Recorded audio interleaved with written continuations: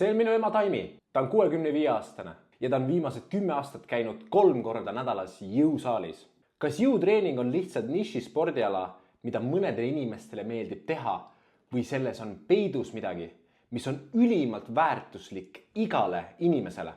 On olemas selline asi nagu sarkopeenia ja dünapeenia ning me liigume vananedes nende suunas. See tähendab, et inimene kaotab vananedes nii lihasmassi kui ka jõudu ja neid mõlemaid on lõpuks nii vähe, et see mõjutab negatiivselt meie tervelt elatud aastate arvu. Sellised autorid nagu Peeter Attia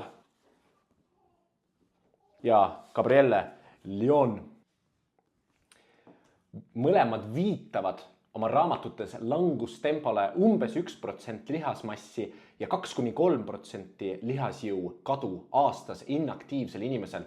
Precision Nutrition toitumisnõustaja kursuse materjal viitab statistikale, mille raames rasvavaba mass, sealhulgas lihasmass, langeb alates 25. eluaastast keskmiselt 2,25 kilogrammi iga 10 aasta tagant. See tähendab, et inimene kaotab 9 kilogrammi rasvavaba massi 65. eluaastaks. See ei ütle sulle võib-olla numbrites palju, aga reaalsuses see on ebareaalselt suur kadu suhtes inimese teiste kehakudedega.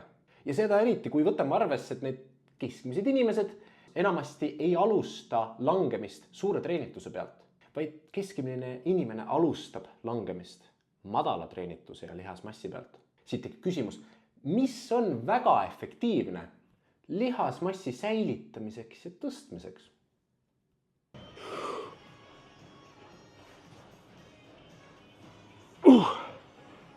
Jõutreening.